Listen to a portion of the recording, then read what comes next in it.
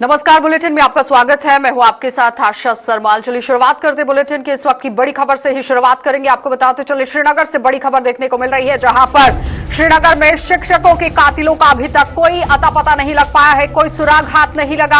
आतंकियों की तलाश के लिए श्रीनगर में बड़े पैमाने पर अभियान जारी कर दिया गया है। ईदगाह के government boys higher secondary school में घुसकर आतंकियों ने की थी फायरिंग और स्कूल के एक टीचर और प्रिंसिपल को मौत के घाट उतारा था। लेकिन इस वक्त की बड़ी अपडेट लगातार श्रीनगर से देखने को मिल रही है, जहां पर श्रीनगर में शिक्षकों के कातिलों का अभी तक कोई सुराग हाथ नहीं लगा है। इस वक्त की बड़ी अपडेट लगातार आप देखिए श्रीनगर से किस तरह से देखने को मिल रही है, क्योंकि आए दिन आतंकियों की तरफ से कायराना हरकतें करने की कोशिश की जा रही है कश्मीर घाटी के अंदर।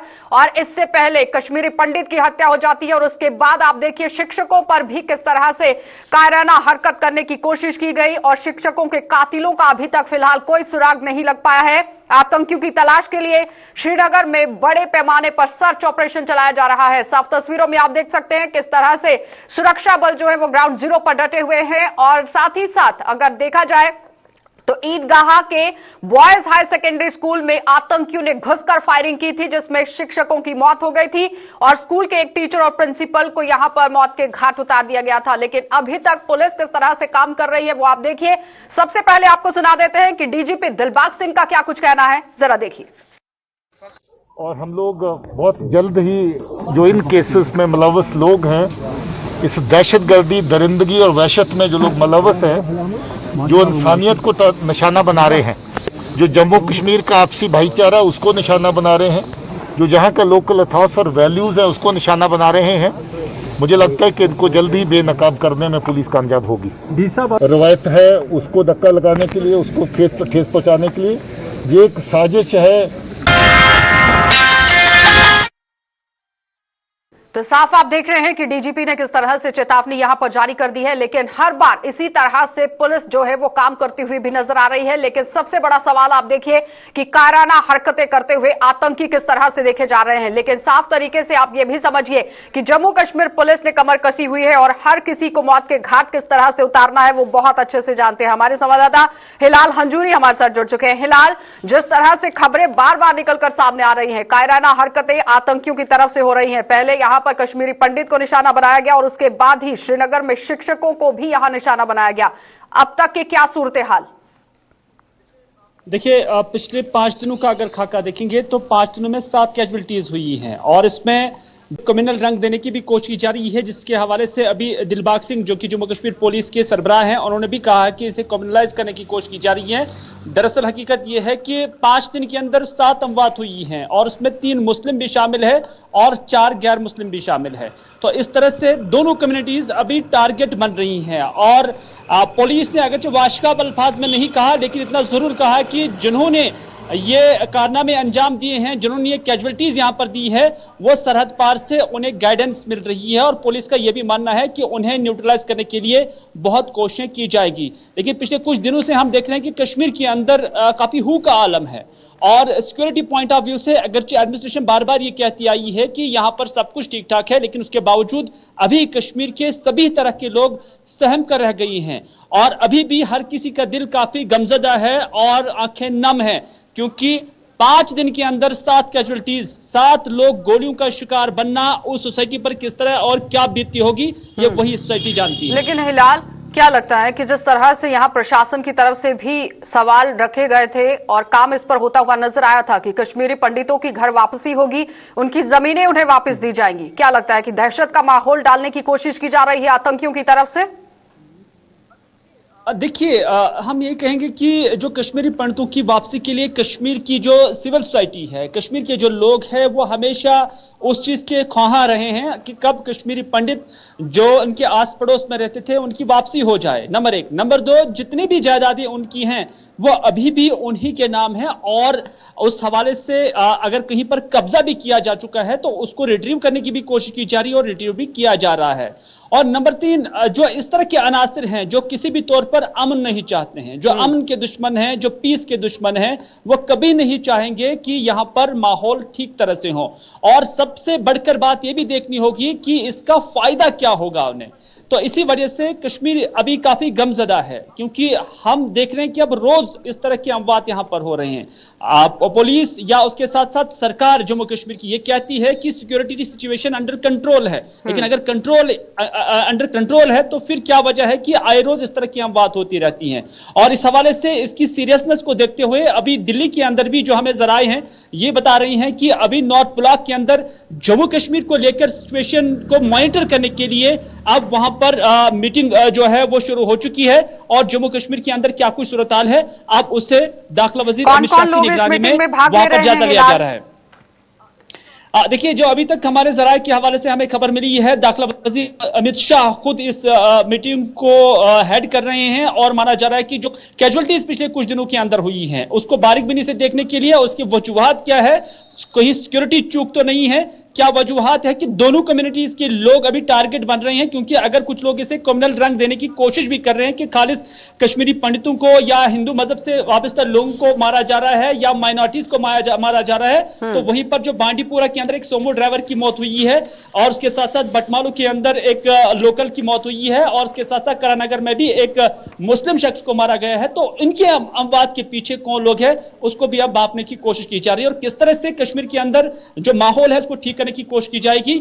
अभी जो हमारे जराये हैं यही बता रहे हैं कि उस पर अभी मीटिंग शुरू हो चुकी है। चलिए हिलाल, बहुत बहुत धन्यवाद जुड़ने के लिए। तो फिलहाल आपने देखा कि हिलाल हंजूरी हमारे साथ जुड़े हुए थे, जो हमें पूरी अपडेट दे रहे थे कि किस तरह से यहां पर माहौल को खराब करने की कोशिश की जा रही है, लेकिन अभी लगातार मीटिंग का दौर शुरू कर दिया गया है और पूरी तरह से स्थिति को नियंत्रण में करने की भी कवायद जो है वो शुरू की गई है। डीजीपी की तरफ से भी चेतावनियां जारी की गई हैं, लेकिन आप देखिए कॉर्डन ऑफ पूरे इलाके को कर दिया गया है, घेराबंदी करने की कोशिश की गई है, और उसके साथ ही साथ सर्च ऑपरेशन भी चलाया जा रहा है कि आखिर कौन ऐसे लोग हैं जो माहौल को बिगाड़ने की कोशिश कर रहे हैं। आगे बढ़ जाएंगे, जिला सांबा आपको लिए चलते हैं, क्योंकि जिला सांबा से भी बड़ी अपडेट देखने को मिल रही है, जहां पर हथियारों का जखीरा एक बार फिर से बरामद होता हुआ नजर आ रहा है। सांबा जिले में सरहद में फिर से यहां पर हथियार बरामद हुए हैं, 4 पिस्टल, 8 पिस्टल मैगजीन और 232 राउंड हैं इसमें जो हथियारों का जखीरा बरामद हुआ है। और आईबी पर पाकिस्तान से हथियारों की तस्करी का यह बड़ा भांडाफोड़ हुआ है, और सीमावर्ती मंगूचक इलाके में बीएसएफ को यह बड़ी सफलता हाथ लगी है। और लगातार आप देखते रहिए किस तरह से जिला सांबा के अंदर आईबी की अगर बात करें तो एक बार फिर से पाकिस्तान की तरफ से ये हरकतें हो सकती हैं, क्योंकि लगातार पाकिस्तान की तरफ से इन्फिल्ट्रेशन करने की भी कोशिश की गई और साथ ही साथ यहां पर घुसपैठ करने की भी कोशिश की गई थी। और इससे पहले सुरंग के जरिए भी कई तरह के हथियार बरामद हुए हैं, नशे के सामान यहां पर बरामद हुए हैं, लेकिन साफ तस्वीरों में आप देखिए जिस तरह से हथियारों का जखीरा बरामद हुआ है यह देखने वाली बात है, जिसमें 4 पिस्टल हैं, 8 पिस्टल मैगजीन है और 232 राउंड जो है वो रखे गए हैं, और ये पूरा जखीरा यहां आईबी पर बरामद किया गया है। मंगूचक इलाके के अंदर यहां बीएसएफ को यह बड़ी सफलता हाथ लगती हुई नजर आई, और सांबा जिले में सरहद पर फिर से पाकिस्तान जो है वो बेनकाब होता हुआ नजर आया है, क्योंकि यहां हथियारों का जखीरा बरामद हुआ है और आईबी पर पाकिस्तान के हथियारों की जो तस्करी है उस पर कहीं ना कहीं आप देखिए अब किस तरह से मुहर लगती हुई नजर आ रही है कि पाकिस्तान आए दिन इस तरह घटनाएं करने की कोशिश कर रहा है, हरकतें करते हुए नजर आ रहा है। क्योंकि हर बार आप देखिए जिस तरह से पाकिस्तान की तरफ से पल्ला झाड़ने की कोशिश होती है, लेकिन ये वो सबूत है वो जो सामने आपको टीवी स्क्रीन पर दिखाए जा रहे हैं, किस तरह से हथियारों का जखीरा यहां पर बरामद हुआ है। बीएसएफ को बड़ी सफलता हाथ लगी है, और ये सब देखकर ये अंदाजा ही नहीं, बिल्कुल पूरी तरह से इस पर जो संशय है वो बिल्कुल भी बनता हुआ नजर नहीं आ रहा है, क्योंकि सरहद पर हमारे बीएसएफ के जवान डटे हुए हैं और आईबी पर जिस तरह से काम होना चाहिए वो होता हुआ नजर आ रहा है। और डीजीएमओ लेवल की जो यहां समझौता भी हुआ, बैठक भी हुई, लेकिन उसके बावजूद भी आप देखिए सीजफायर वॉल्यूशन तो नहीं हुआ, लेकिन हथियारों का जखीरा किस तरह से अंदर डालने की कोशिश हुई है, घुसपैठ करने की कोशिश हुई है, लेकिन उसे भी बीएसएफ के जवान यहां नकारते हुए और साथ ही साथ नाकामयाब करते हुए नजर आए हैं। सबसे बड़ी बात यहां पर यह है कि एक तरफ आतंकी घुसपैठ करने की कोशिश कर रहे हैं और दूसरी तरफ पाकिस्तान अपनी कायराना हरकत करता हुआ किस तरह से देखा जा रहा है यह सबके सामने है, क्योंकि हथियारों का जो जखीरा बरामद हुआ है जिसमें 4 पिस्टल हैं और 8 पिस्टल मैगजीन हैं, और साथ ही साथ यहां पर आप देखिए 232 राउंड जो है वो बरामद हुए हैं। आईबी पर पाकिस्तान की जो हथियारों की तस्करी है इसका कहीं ना कहीं भांडाफोड़ होता हुआ आज नजर आया है। जिला सांबा से बड़ी खबर आपको दिखा रहे हैं, क्योंकि आए दिन घुसपैठ करने की कोशिश भी हो रही है। जिला पुंछ की बात की जाए, राजौरी की बात करें, कृष्णा घाटी सेक्टर की बात की जाए तो पाकिस्तान की तरफ से कायराना हरकत करने की कोशिश हो रही है। हीरानगर सेक्टर में भी कई बार इस तरह से कोशिशें पाकिस्तान कर चुका है। और सांबा की अगर बात करें तो यहां पर भी सुरंग के माध्यम से हथियार डालने की कोशिश की गई और साथ ही साथ ड्रग्स से भी सामान यहां पहुंचाने की कोशिश की गई। यानी नशे का जो सामान है वो भी जम्मू कश्मीर के अंदर पहुंचाने की कोशिश हुई थी और साथ ही साथ हथियारों का जखीरा जिस तरह से बरामद हो रहा है ये देखने वाली बात है, क्योंकि आए दिन पाकिस्तान अपनी हरकतों को अंजाम देता हुआ नजर आ रहा है। लेकिन सरहद पर देखिए किस तरह से आईबी पर पाकिस्तान की कायराना हरकत को नाकामयाब किया गया और बीएसएफ के जवान किस तरह से मुस्तैद देखे जा रहे हैं, अलर्ट देखे जा रहे हैं, वो इन तस्वीरों के जरिए आप यहां पर अंदाजा लगा सकते हैं। इसी खबर पर ज्यादा जानकारी भी लेंगे, हमारे संवाददाता ऋषि खजूरिया हमारे साथ जुड़ चुके हैं और ऋषि से ही जानेंगे कि आखिर जिस तरह से अब हथियारों का जखीरा यहां पर ऋषि बरामद हो रहा है, इससे पहले घुसपैठ करने की भी कोशिश, नशे का सामान भी कई बार बरामद हो चुका है सुरंग के माध्यम से भी, लेकिन अब जो यहां हथियारों का जखीरा बरामद हुआ है, क्या कुछ कार्रवाई की जा रही है? देखिए बिल्कुल नशा आपको बता दें कि जो हथियार वाली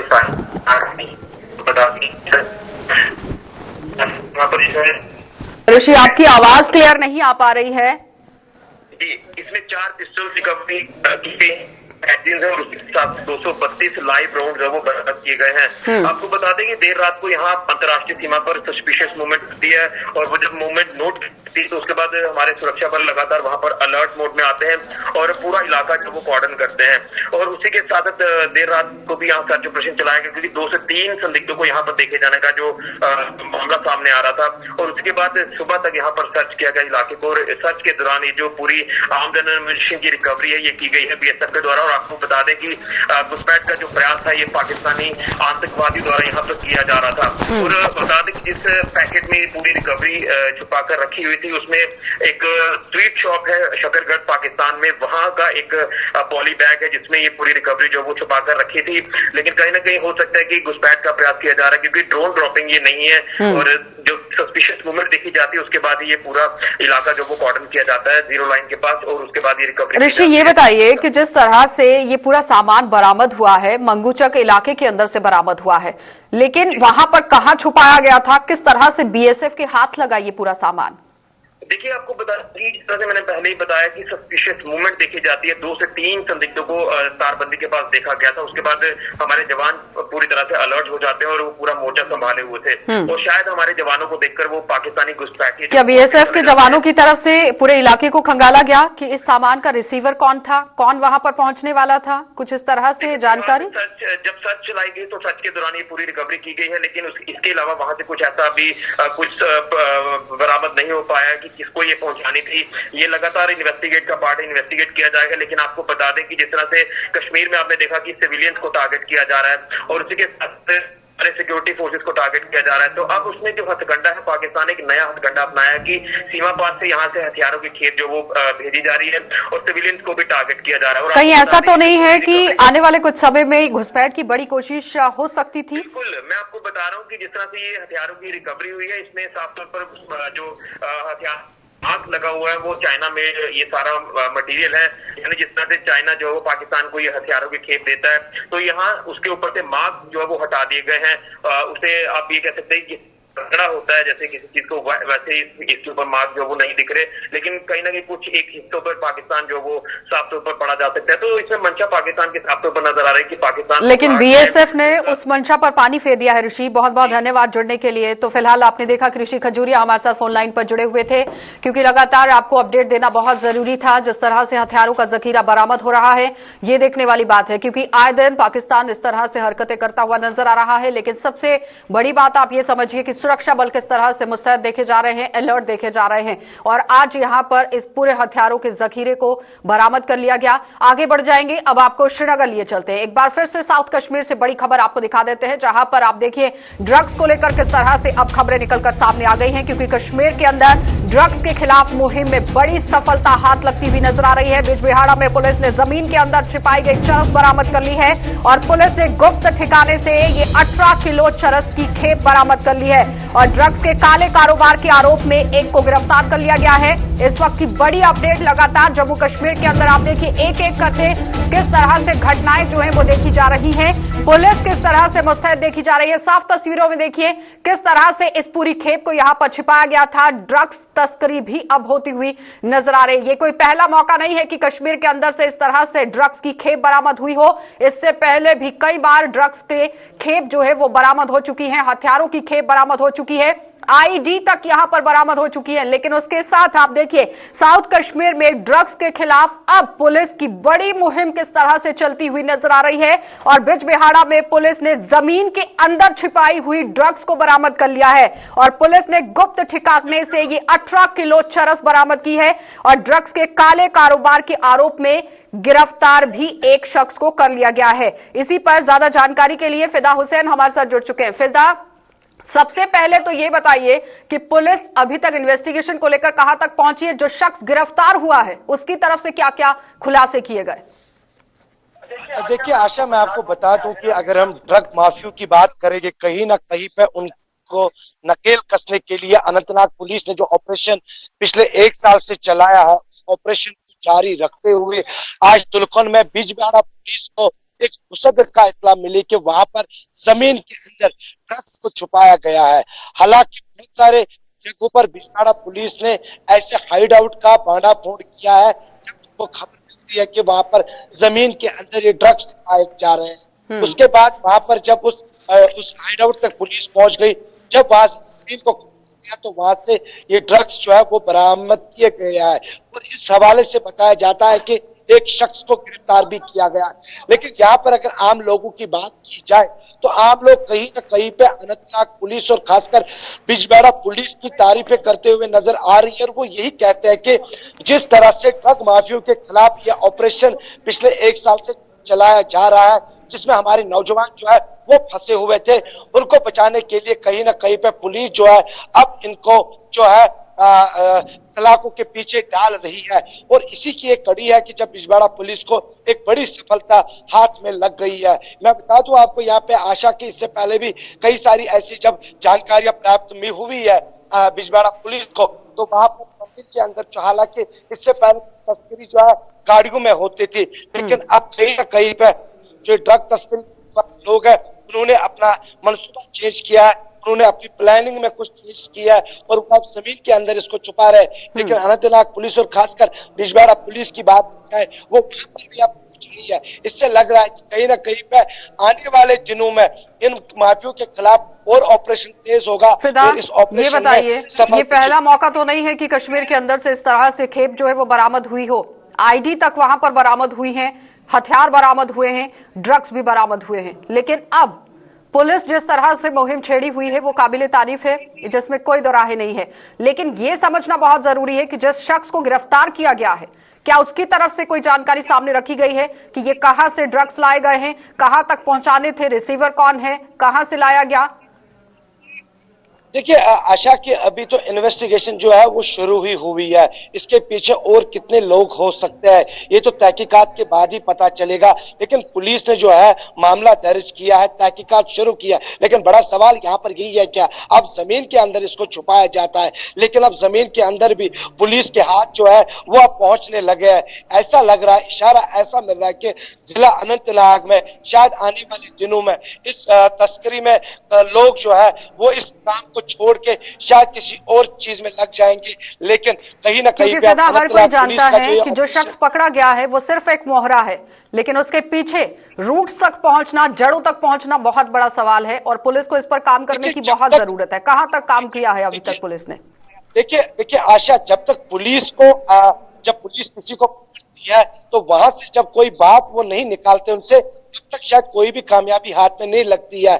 ऐसे में जब इसको गिरफ्तार किया गया, पूछताछ शुरू की गई है, तो कहीं ना कहीं पे शायद और लोगों के नाम आ सकते हैं। इसलिए पुलिस जो है फूंक फूंक के जो कदम रख रही है और अभी तक पुलिस का ये मानना है कि शायद आने वाले वक्त में, आने वाले समय में और गिरफ्तारियां हो सकती है। लेकिन ड्रग तस्करी करने वालों के खिलाफ अब अनंतनाग पुलिस जो है वो काफी तेज हो चुकी है और कहीं ना कहीं पर उनका अब एक ही दरवाजा है। चलिए फिदा, बहुत बहुत धन्यवाद जुड़ने के लिए। तो फिलहाल आपने देखा फिदा हुसैन हमारे साथ जुड़े हुए थे, जो हमें पूरी जानकारी दे रहे हैं कि किस तरह से ड्रग्स तस्करी का भी भांडाफोड़ कश्मीर के अंदर होता हुआ नजर आ रहा है। साउथ कश्मीर में 18 किलो चरस जो है वो बरामद की गई है, लेकिन साफ तस्वीरों में आप देखिए धरती के अंदर यानी जमीन के अंदर इस पूरे ड्रग्स को डाला गया था और कहां पर ये पहुंचानी थी, इस पर फिलहाल अभी पूछताछ चल रही है। एक शख्स को गिरफ्तार कर लिया गया है, बड़ी सफलता पुलिस के लिए, लेकिन पुलिस को चाहिए कि इस पर पूरी तरह गुत्थी को खंगाला जाए और किस तरह से यहां पर यह खेप पहुंची है यह देखने वाली बात है, क्योंकि इन लोगों से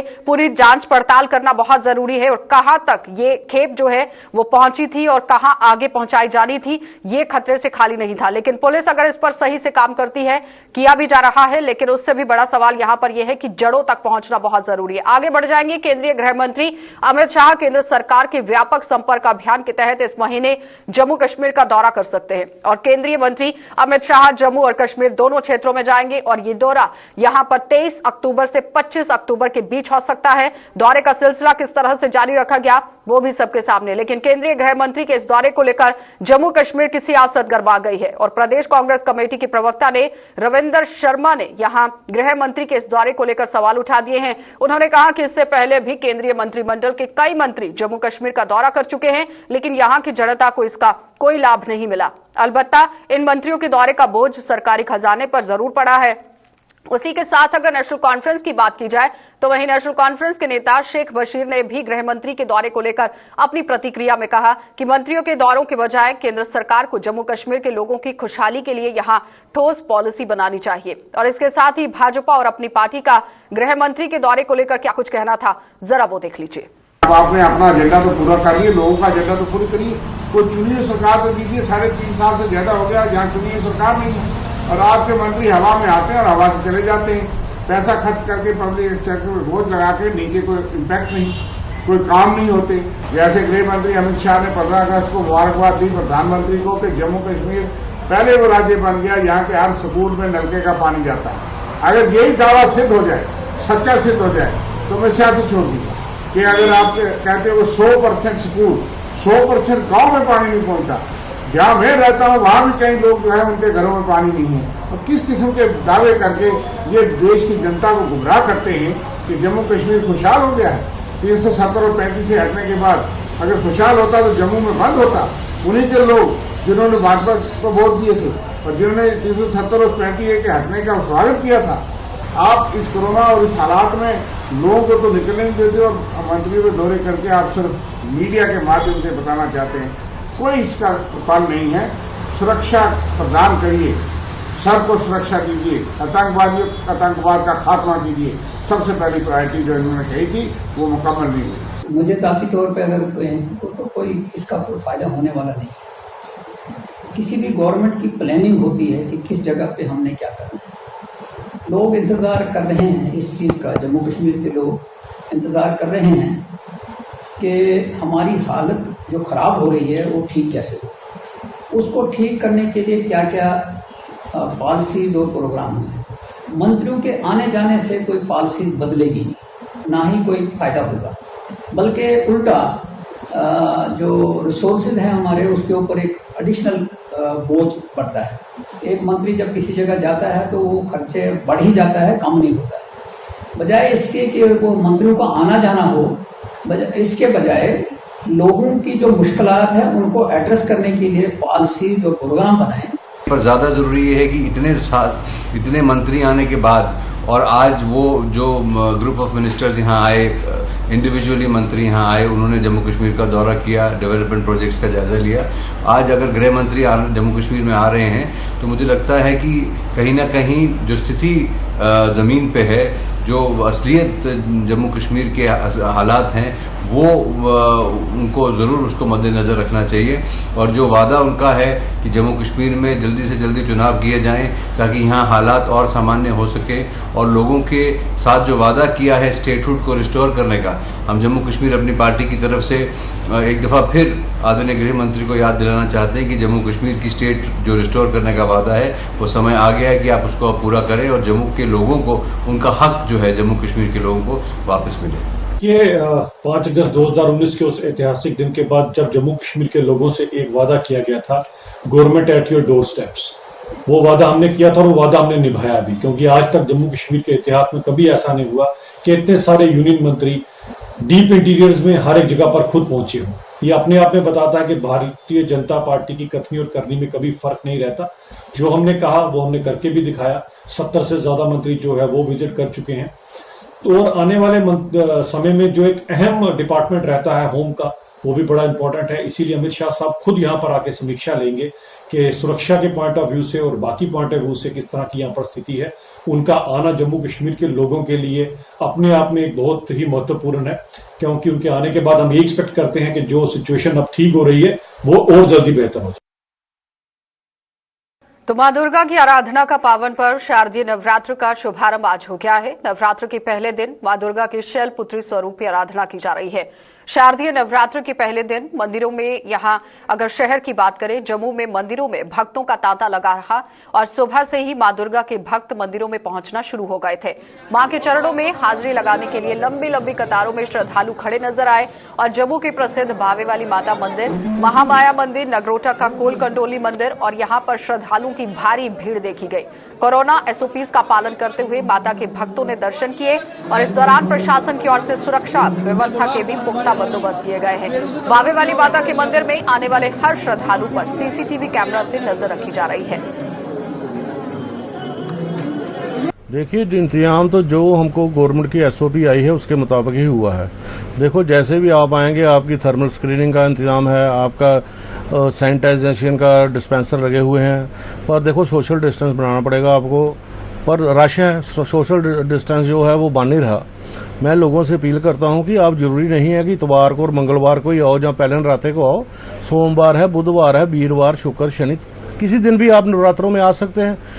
आप दिन को बदलेंगे तभी जो क्राउड है वो डिवाइडेड होगा। ऐसे कैसे होगा डिवाइड? ऐसे तो रश पड़ा ही रहेगा। बाकी देखो, हमारी मंदिर की तरफ से डिस्पेंसरी है, बाकी जो बाहर लंगर हैं वो तो बंद ही है कोरोना की वजह से, लेकिन अंदर हम माता का जो भोग बनाते हैं वो भोग हम लिफाफों में डाल के पैक करके लोगों को देते हैं ताकि वो घर जाके खा सकें। बाकी पुलिस सिक्योरिटी का सारा इंतजाम है। कैमरे आपने देख ली है, 30-35 कैमरे लगे हुए हैं। जैसे ही आप किले के अंदर आओगे तो आप कैमरों के अंदर ही होगे, ऐसी कोई बात नहीं। बाकी अपना ख्याल तो खुद ही रखना पड़ेगा ना। जो श्रद्धालुगण आ रहे हैं वो बड़े उत्साह से आ रहे हैं, क्योंकि आज जो नवरात्र आया है बड़े समय के बाद। पुराने जो नवरात्र पहले गए वो महामारी के कारण थोड़े दुखपूर्वक गए, तो ये नवरात्रे जो है बड़े उत्साह लेकर आए हुए हैं। तो सभी भक्तों को जो है माता का आशीर्वाद बना रहे। आने वाले श्रद्धालुओं को एसओपी का ध्यान करना चाहिए, मास्क पहन कर आना चाहिए, सोशल डिस्टेंस बनाकर आना चाहिए और माँ भगवती के दर्शन करके ओम हरिंग शिवाय नमः इस मंत्र का जाप करना चाहिए, क्योंकि आज प्रथम नवरात्र है, माँ शैलपुत्री के निमित्त है। तो माँ शैलपुत्री आप सब भक्तों का कल्याण करे, आपको अभय प्रदान करे। माता रानी की कृपा से आज पहला नवरात्रा है और आप देख रहे हो कि माता रानी के दरबार में कैसी रौनक लगी हुई है। बाकी एडमिनिस्ट्रेशन की तरफ से फुल अरेंजमेंट किया गया है, एसओपी की गाइडलाइन के तहत पूरा मेंटेन किया हुआ है। जो महंत बेटा जी हैं उनकी देख रेख में सारे कर्मचारी अपने अपनी ड्यूटी निभा रहे हैं। चलिए, बुलेटिन में फिलहाल इतना ही। देश और दुनिया की खबरों के लिए आप बने रहिए गुलिस्तान न्यूज के साथ।